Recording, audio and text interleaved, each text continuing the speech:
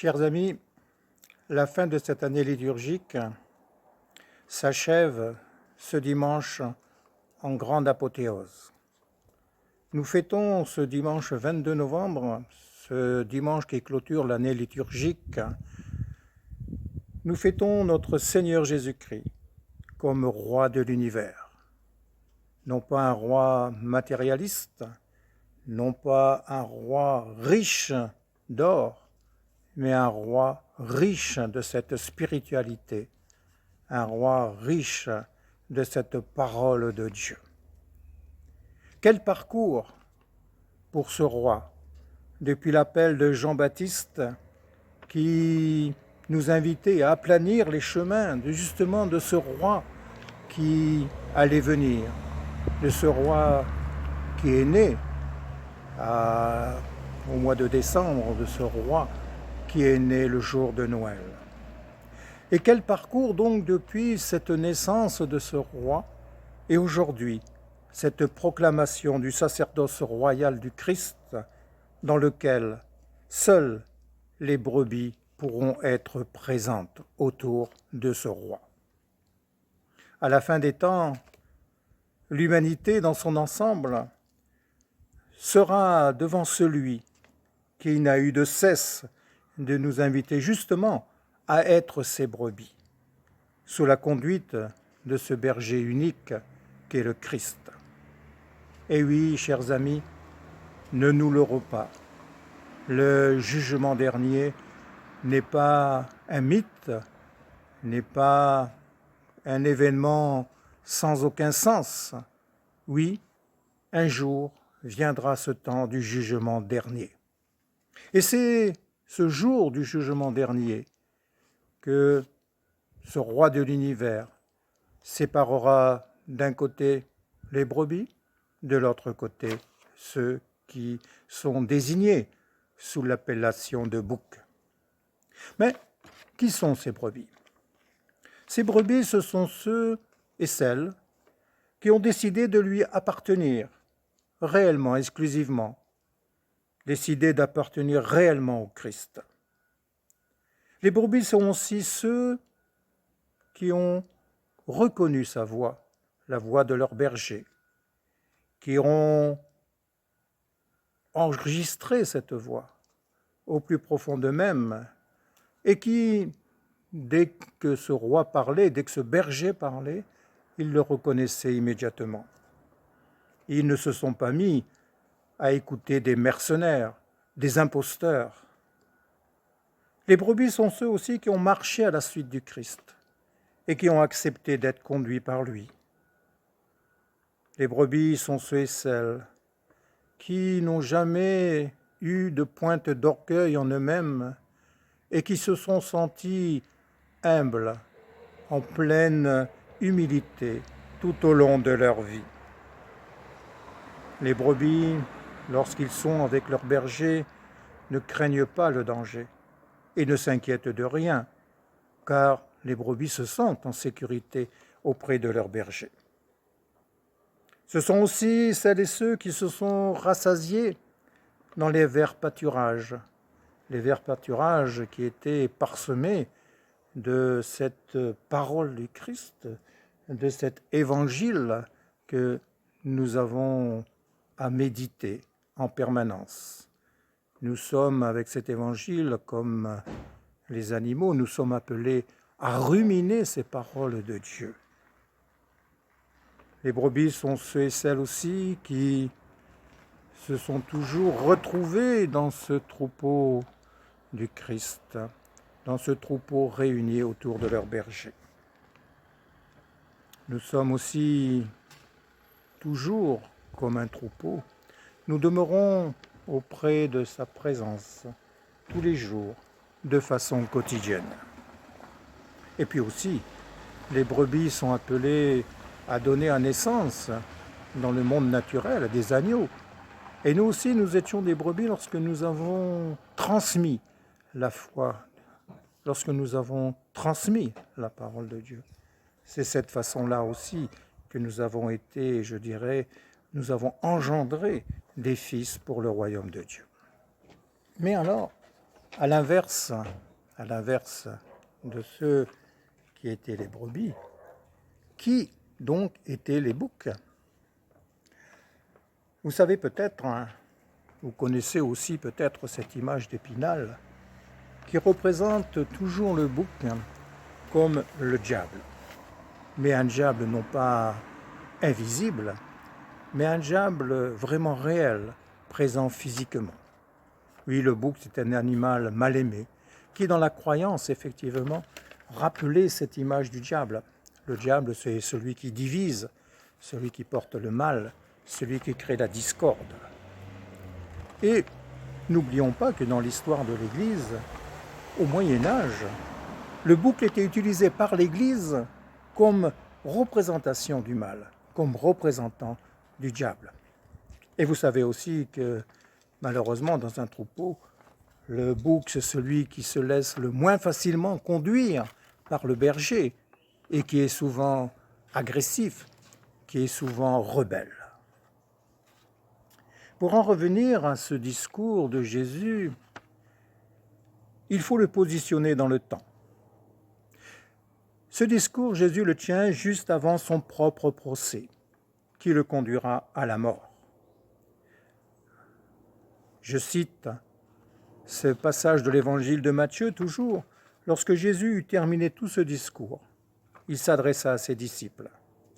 Vous savez que la Pâque a lieu dans 2 jours et que le Fils de l'homme va être livré pour être crucifié. Oui, Jésus annonce son procès. Son procès qui va être tenu donc, par les hommes et qui vont l'accuser de tous les maux. En fait, quelque part, nous pouvons dire que Jésus sera le bouc émissaire de la haine de ce monde humain. Mais la page d'Évangile que nous venons d'entendre relate aussi en fait un autre procès. Le procès qui sera mené, conduit par ce roi de l'univers, ce procès dans lequel vont se retrouver donc toutes ces brebis et tous ces boucs. Et en fait, cette appellation, cette image, ce symbole, il s'agit de nous.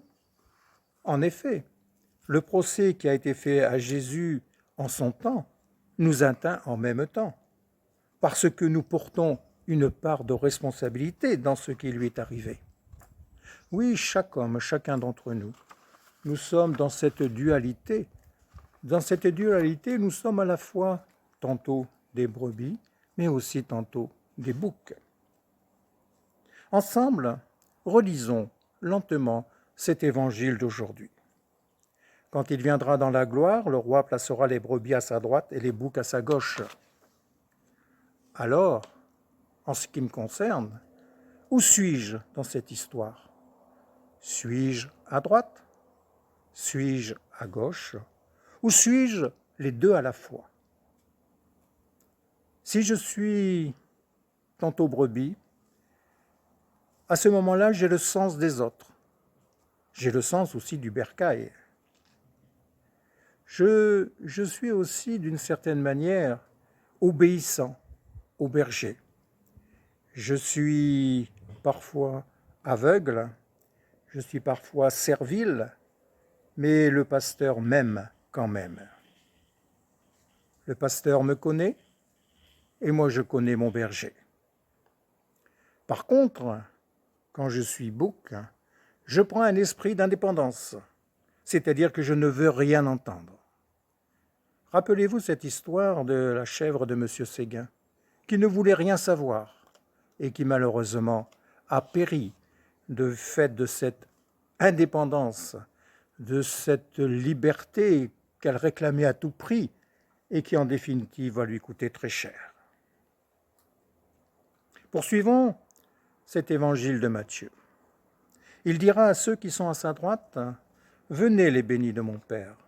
J'avais faim, j'avais soif, j'étais un étranger, nu, malade, en prison. » Les justes lui répondront, « Mais quand est-ce que nous t'avons secouru ?»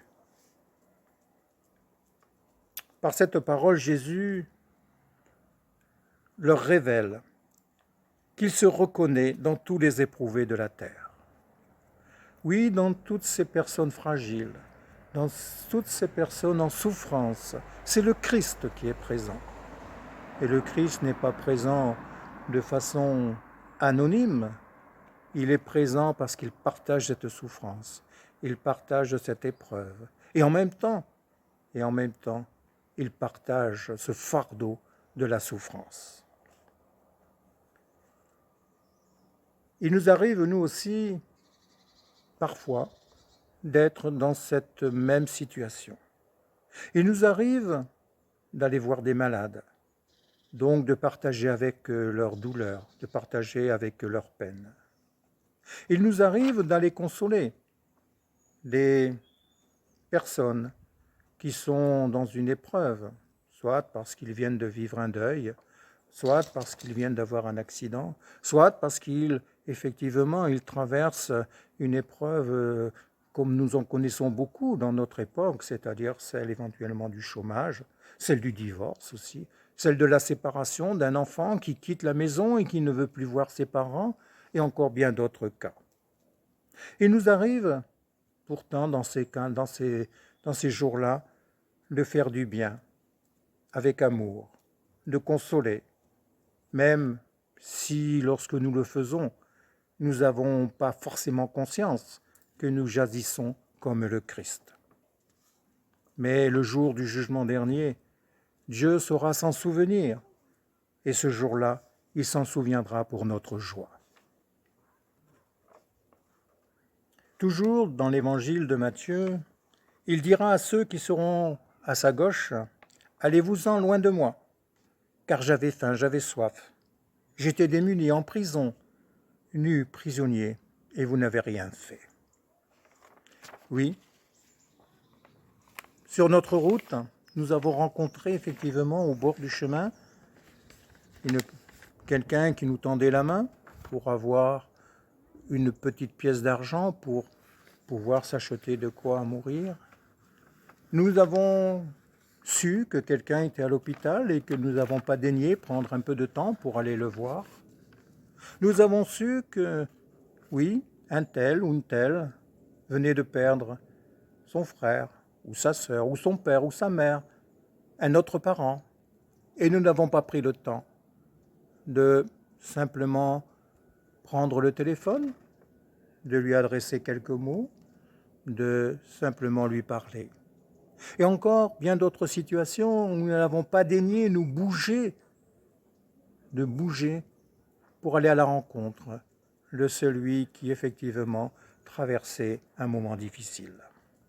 Et alors, dans ces moments-là, Dieu, quelque part, se veut comme quelqu'un qui nous rappelle à l'ordre, qui nous rappelle tout simplement à la loi, non pas à la loi humaine, mais à la loi de l'amour.